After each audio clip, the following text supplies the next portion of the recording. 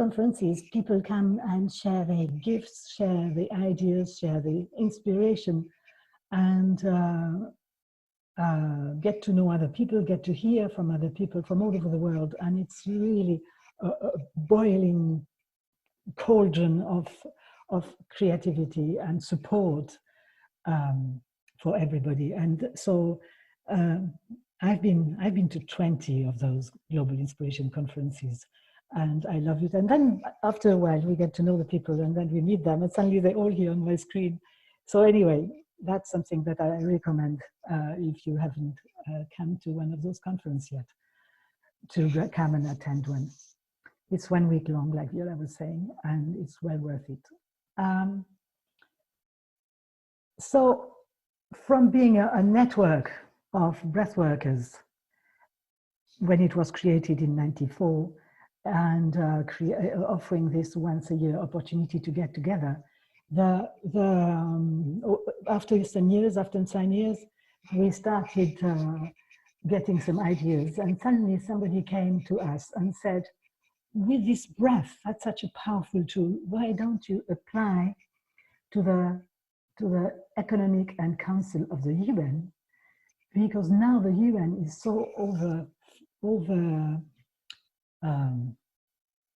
overflown by problems that they don't know how to solve them, and they are reaching to what they call the civil society. So you, all these breath workers, maybe you could have something that you want to bring to the UN, to some tools that you could help all the problems that the UN is facing with. So that was in 2013, we heard about that. So a team of us, and I can see several of you ladies with me, we wrote an application, and in 2016, the IBF got granted the special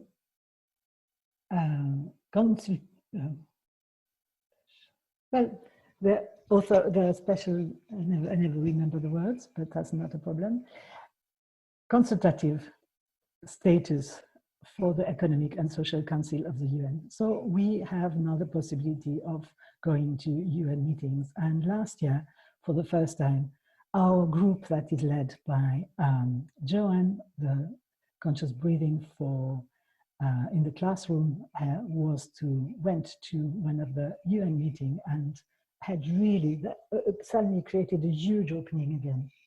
So in 2016, we got this consultative status, and then we said, oh, we'd better create some project from the IBF place, because so far they were just all these people working, doing their own individual things, but as an organization, we felt kind of having to create something. So that was myself and the group with Veronique and GDG, and we started creating this conscious breathing for trauma recovery program to work with the refugee, and as I said, people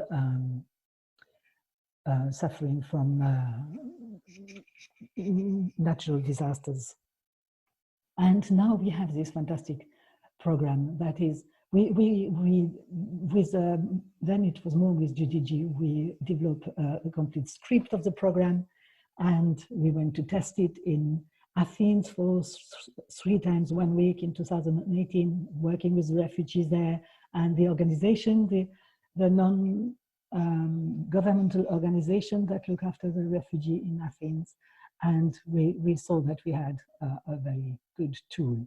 So in 2019, we presented it at the conference in America, GDG and myself, and people said, this is too good, this program. It's too good to not to be using in the corporate world, not to be using in all the situations where people suffer from burnout, from stress, from addiction, from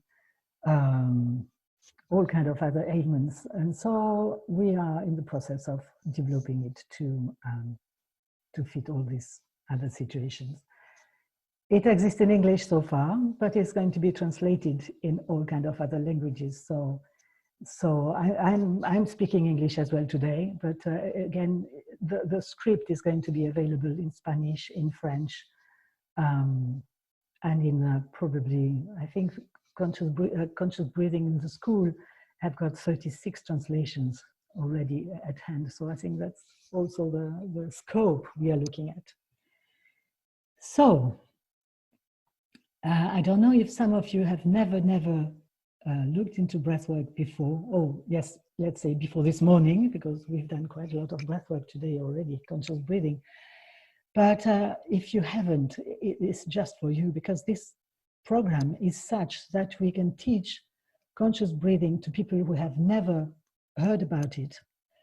And we can also, the idea that we make it so simple that these people can say, actually, I can teach that. It's so simple and so good. I can teach that to my other friends, to the other refugee with me in the camp.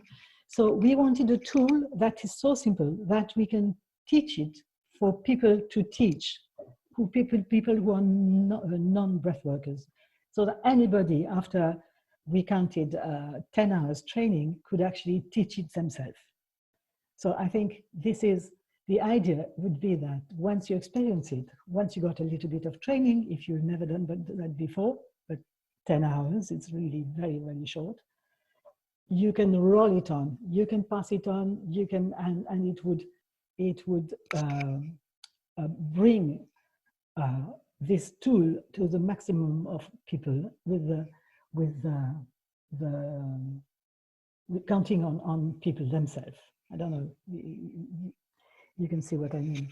And so we also made it safe. We also made it that there is kind of no contraindication really, because as soon as it becomes too much, people can just go on breathing normally again. And we made it that it is really, really simple. So let me see if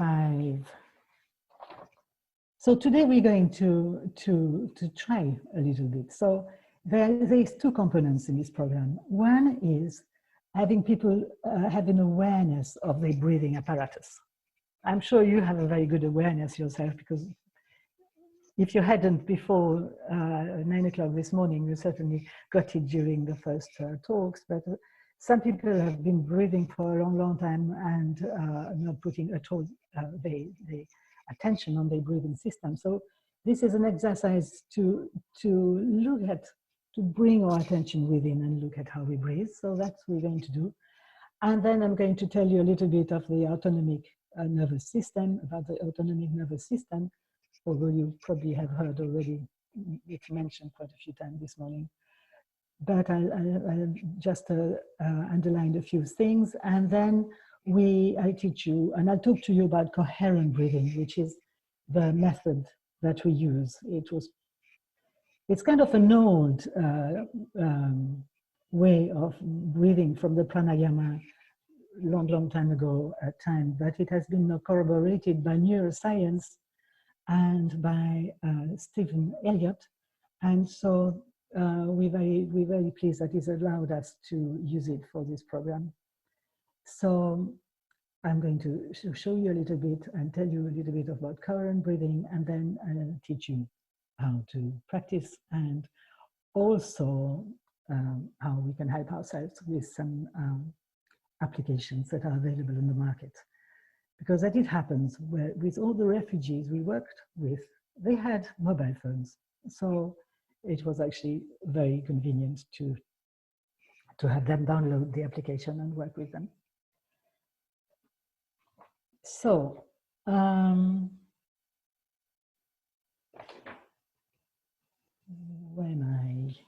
let me see. So there are several books, or maybe I'll explain it first. You'll explain it first, and then I'll put in the list some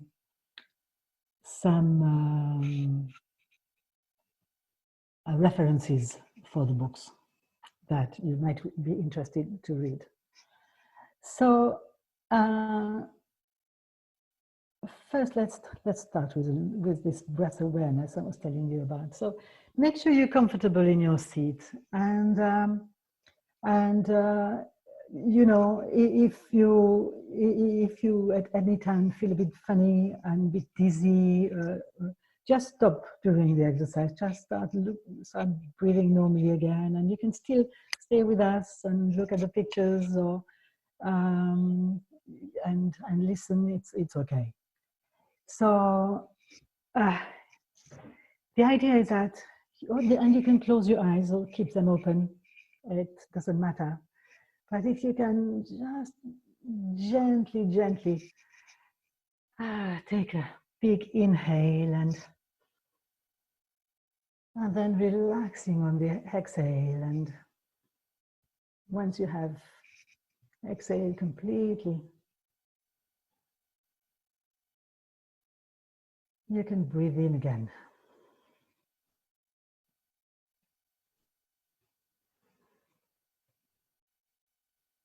You follow your normal breathing rhythm. What I would invite you to do, if that's okay, is to, once your lungs are empty, you breathe in straight away again. And as soon as you feel your lungs are full, you relax completely and your lungs empty themselves by themselves.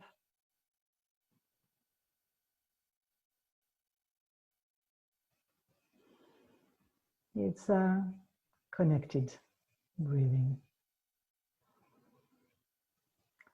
And then, if that's okay with you still, I invite you to look within, kind of turn your eyes inside and see which part of your bodies are moving when you breathe in that fashion.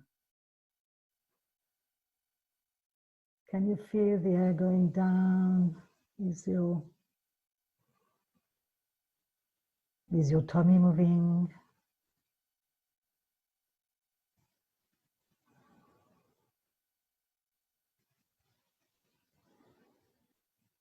Keep it as relaxed as you can. Even the breathing in, it's no forcing, it's just enjoying the breath.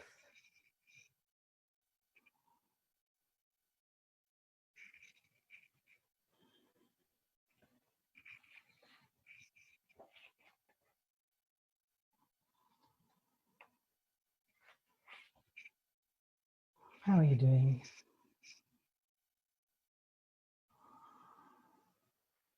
Okay, so now let's see.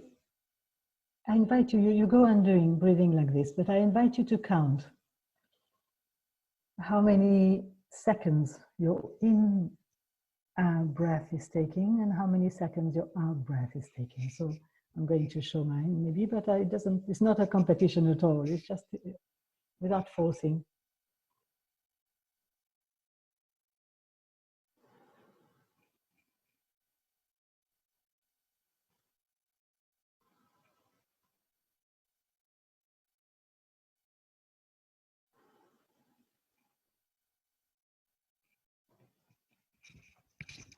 So I'm breathing something like 3 seconds in, 3 seconds out.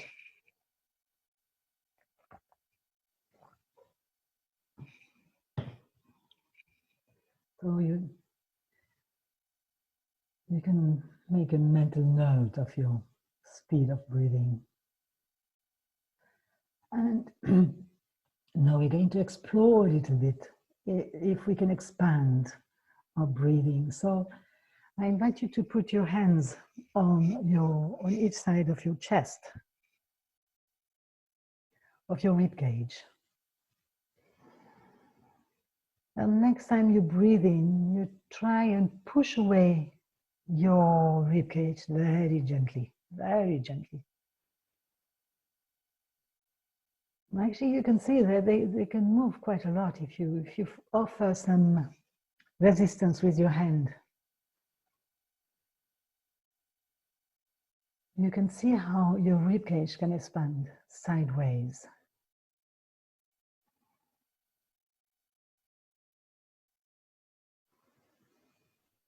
Gently. Is that comfortable? And again, you know, if it doesn't feel comfortable, you can skip the exercise or stop doing it. And now I'm starting to feel already a little bit of tingling in my hands, and I can feel the energy circulating. So I invite you to see what's happening in your body already, just after this few breaths. And now maybe you can put your hands on your collarbones and try and take a few breaths all the way up behind your collarbones.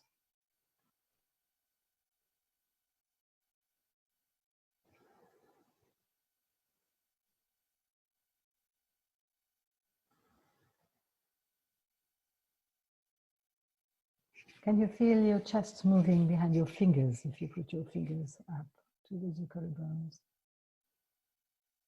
And again, it's my invitation is to do it very, very gently, very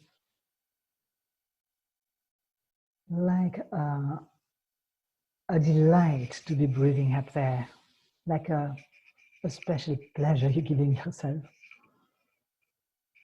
Oh, how nice. And if you don't manage to breathe or feel anything up there, this is not a problem at all. Just if you can enjoy where it is, you can feel your breath.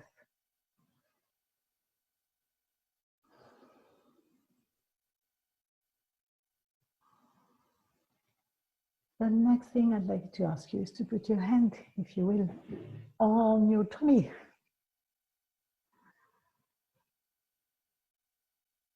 And then breathe all the way in your hands, pushing your tummy gently outwards as you breathe in. And relaxing it as you breathe in, as you breathe out.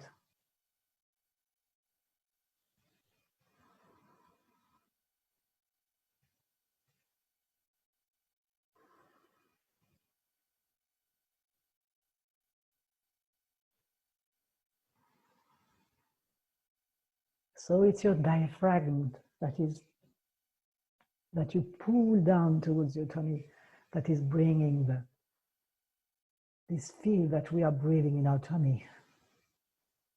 But actually we're breathing energy. We can imagine that we're breathing energy in our tummy, all the way down to our pelvic floor.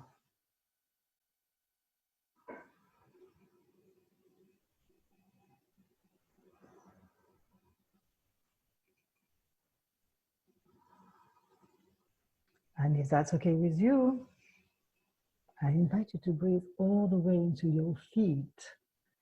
On the floor, maybe they are, or I don't know what position you're in, that is flower, but if you can breathe further. So of course, it's not going to be your lungs expanding all the way to your feet, but the energy.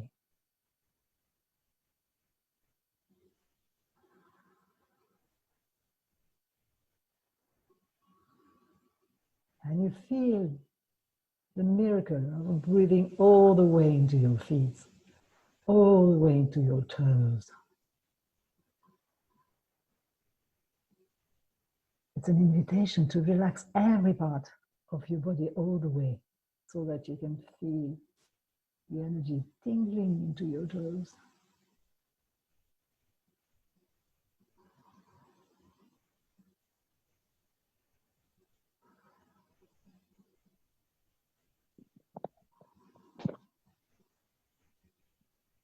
There's another place we can try and breathe in. If you are sitting against the back of a chair, you can imagine breathing through your back, so that it's the chair that is offering the resistance. And as you breathe, your back opens from within and pushes gently in the back of your chair. And you can imagine how your lungs are invited to stretch against the back of your chair. Again, very, very gently, all that. And again, being aware of our limitations, and they're not wrong or anything. It's just maybe we practice, we can do better or different. But again, like Viola was saying before, no, some of us have a history to do with our lungs, and that's how we are. And the best thing is to work with the situation we are faced with and accept it and love it the way it is.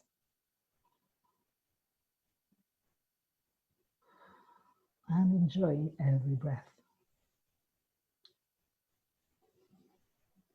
So I'm soon going to bring you back from that little meditation exercise.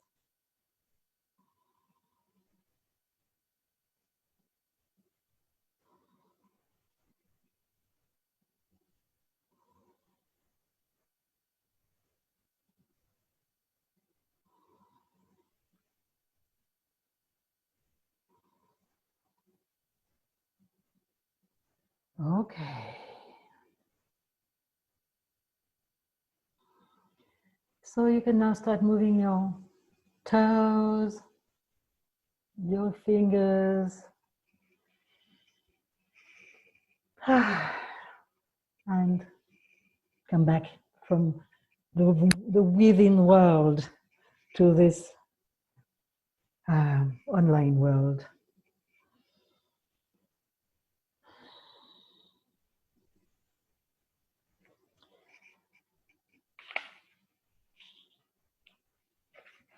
So, coherent breathing. Oh, I forgot to ask you to check let's do it now. How slow is our breathing? Let's have a little check again. Now breathing in, how many seconds? Maybe they can just type it in the chat so that we have... Say it again. Maybe they can type it in the chat so that we can see it, if they still remember. You want me to take coherent breathing? No, the speed of their breath, that they type it in the chat. Ah, well, everybody, we're all going to have a different speed. You say people could write this speed? Yes. Thank you, Grit, sorry.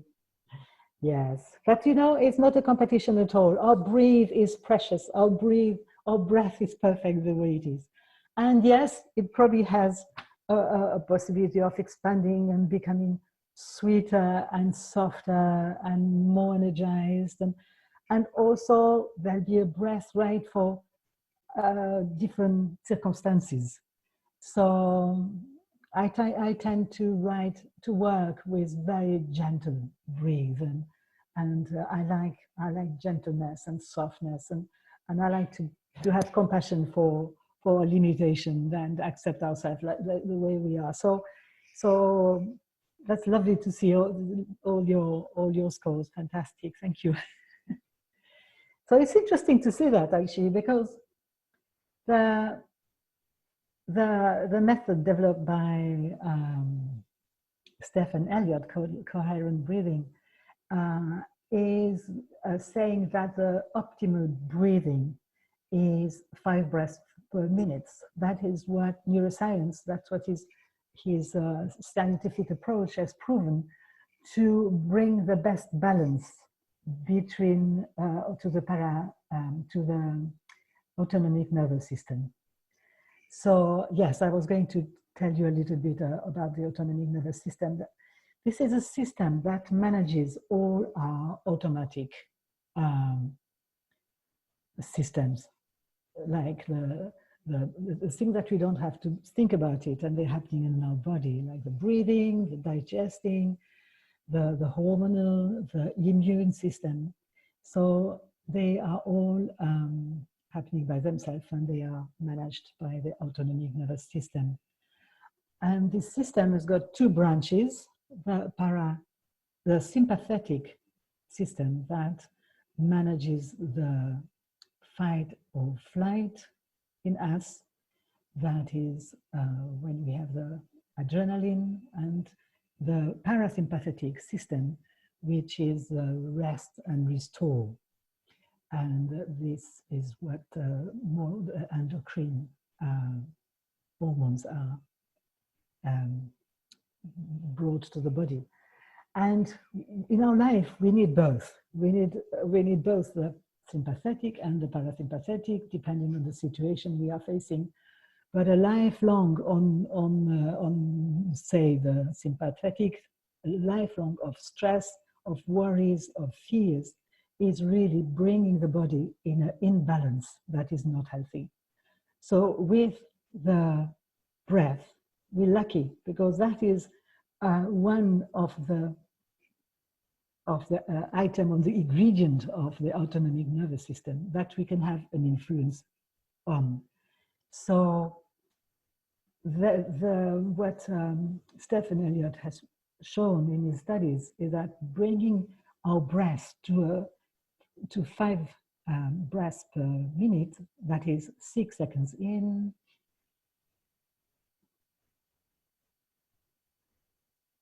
6 seconds out,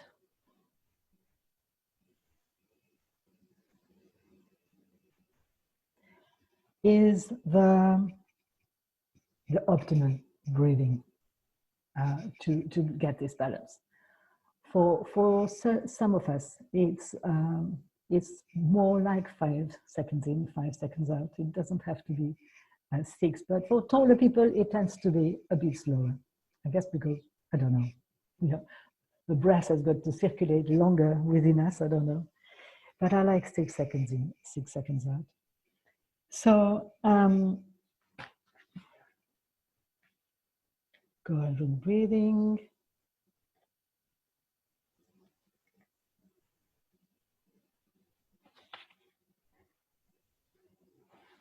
So, what we observed with working with this breathing is the safe thing that goes with it, that it is not going to be re-traumatizing people. It's why it's such a good tool to work with people who went through very big traumas. Because first, if they don't like what's happening, they can just stop or go slower. I mean, resume with a normal breathing, or yes. So basically, although I'm a specialist and I really love deep emotional breathwork work, this is something that is much more, if you do work, very deep emotional work, you really need somebody to be there with you at the beginning, at least, to support you and to accompany you. Whereas this coherent breathing method, it's safe to practice by yourself. It's safe to do it at home. And also safe to do any time in the day when you can. I'll come back on this, but it's a safe tool. So, and it's handy because we're all breathing and it's simple. So shall we try, what time is it? Yes. I need to get my mobile phone and I need to put it on Wi-Fi because my camera is not very good. My internet here in Devon is not very good. So I've been stopping everything that is using Wi-Fi. But now I would like to show you an application that is available on the internet that we can use to help us with this counting of the breath. So yes, I have to tell you that the IBF is preparing one of those applications and it'll come very soon. But it's not quite ready yet, so we are still going to use the one that are on the market, and I'm going to tell you afterwards what they are. But so far, I'm going to put mine in, and I'm going to put it to. How did you say you were doing? 4, 4, 5. You were. I think we can start with 4 seconds in, 4 seconds out. So this is called breathe, and it goes like this. So, and I'm going to make a sound as well. So let's see if we can all, let me see.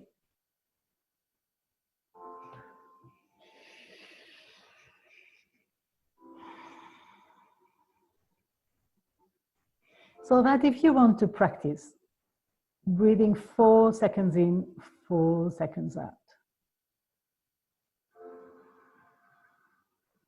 Breathing in when the little ball is going up and relaxing, and breathing down when it's breathing out when it's going down. And maybe this is too slow for you, and maybe this is already a push. Don't force yourself, just see if it's comfortable. A thing that can help you, if you would like to do that speed, but you find it's a bit fast, is moving your head up when you breathe in and down when you breathe out.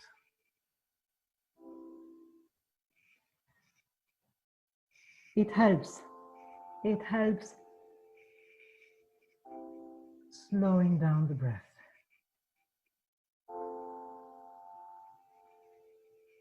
You might have emotions coming as well when you do these exercises. And if you can stay with the emotions, that's good. If you don't like the emotions, that's good as well. You can resume your normal breathing, and there'll be a right time to look at this emotion.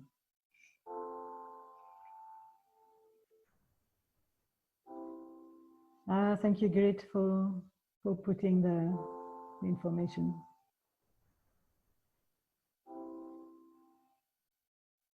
Okay, I can see people with asthma. With asthma, it's very good to slow down the breath. Okay, shall we try 1 second faster? So on the application, I got a place with the what do you call it? Where you can change. And I'm going to put 5 and 5.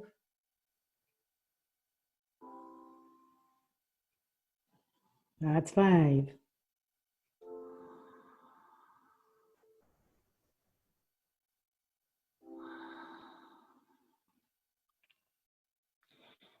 What you can try and do is breathe not so much from your nose, kind of like inspiring air from the nose, but inspiring air from the back of your throat, like the ujjayi in yoga. It makes a bit of a noise.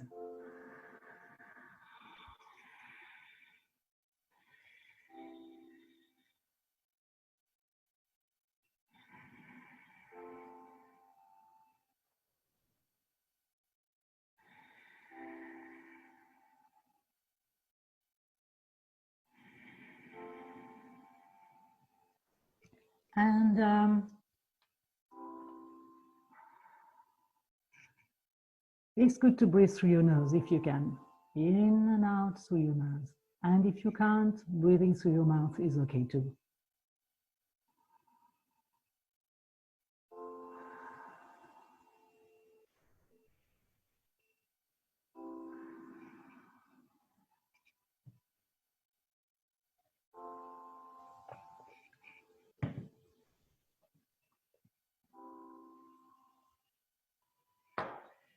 Okay, shall we try 6 seconds in, 6 seconds out? Are you up for it?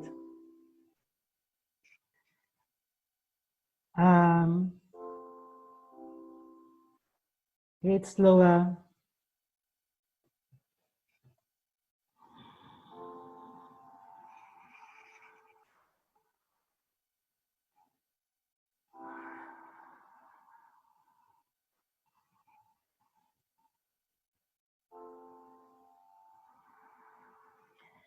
So while you breathe like this, I'm just going to keep the sound but remove the application.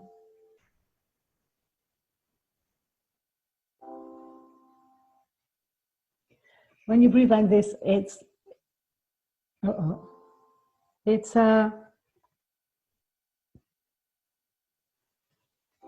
important to keep your awareness in your body.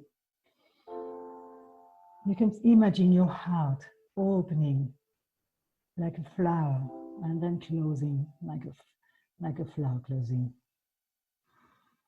It's important to keep the awareness. I used to practice this coherent breathing, thinking of all kinds of things, saying, fine, I'm doing my coherent breathing, and I could do it very well, 6 seconds in, 6 seconds out.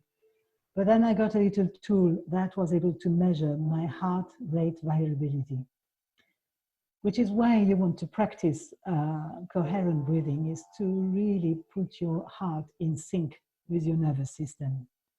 So I suddenly realized that if I'm thinking my thoughts, my heart rate variability is really not good. There is none, really. It implies, at least for me, it implies the discipline of keeping my mind calm in my body, and visualizing beautiful, positive things happening to my body, being friend with my body, and having this as a yummy, as a lovely experience. If I start thinking of shopping lists and next things on my to-do list, my heart rate variability is not good at all. And it's extraordinary to be able to measure it and to see how the nervous system and the heart react to what's happening in our head. Okay, I'm going to stop it. By the way, while we are at it, I like colors. So you can on this one you can change colors, you can change sounds, you can change all kinds of things. So, and there are many applications in the world so far that are available, and always new ones. So you can find one that is good for you, that suits you. So I'm going to find my little bit about the what do you call it? The application, and put it on the, where are they? Can I drop in a question, Brigitte, or do we wait until the end? I was, let me see. I've got a few, let me say a few more things before I put the stuff in the column over there. Yes, how best to practice coherent breathing. So I would say it's good to start progressively, breathing consciously and in a relaxed way for 3 seconds in, 3 seconds out is very good for a start. And then when you're comfortable with that rhythm, you can go to 4 seconds in, 4 seconds out, and you can spend maybe weeks practicing at 4/4. It's okay. It's okay. And maybe 5/5 is the best that you are, but you know the practice is what is going to make a difference. Contrary to what I was saying in the breathwork sessions, you know, deep emotional breathwork sessions, you do a breathing session and it's concentrated and a lot of things happen. Here is through the practice, the regular practice, that you're going to get really significant results, even dealing with deep emotions that are going to be really suddenly brought back to be much more comfortable for us. Just because our body has been put through the balancing of the parasympathetic and the sympathetic in a place where it can restore itself emotionally, physically, mentally. It's a place where it doesn't need to happen in the conscious mind. It will have time to deal with it all and put us in a much more comfortable position. Where best to practice, find a quiet spot where you can be undisturbed for several minutes. I know that's not easy in those days. The loo sometimes is even the best place to practice in case of emergency. And you know, just a minute of, or just a breath actually will make a difference to where we are, and also to be able to not react too much to our environment. You can do it sitting down, you can do it lying down. Make sure you don't get cold. Make sure the light is not too harsh as well. Be comfortable, really. But you know, once you know how to do it, you can do it while walking, you can do it while waiting in the queue, when doing your housework. There's no limit to when you can practice your coherent breathing. What we suggest is to do it 3 times a day for 6 seconds in, 6 seconds out, for at the rhythm of 6 seconds in, 6 seconds out for 5 minutes. So that's good. That's easy to remember. 365, 365, like the numbers of days in the year. 3 times a day, 6 seconds in, 6 seconds out for 5 minutes, 3 times a day. This will bring you great benefits. What Stephen Elliott recommends is to do it 20 minutes in the morning and in the evening, at least once a day. And he says if you do it 20 minutes per day for 21 days, then your body kind of does it more or less automatically afterwards. I need more practice than 21 days, but especially with my mind kind of roaming into all kind of places before I learn to harness it and have it stay in my body. Okay, so I'll put the information for the application and then I answer the question, if that's okay.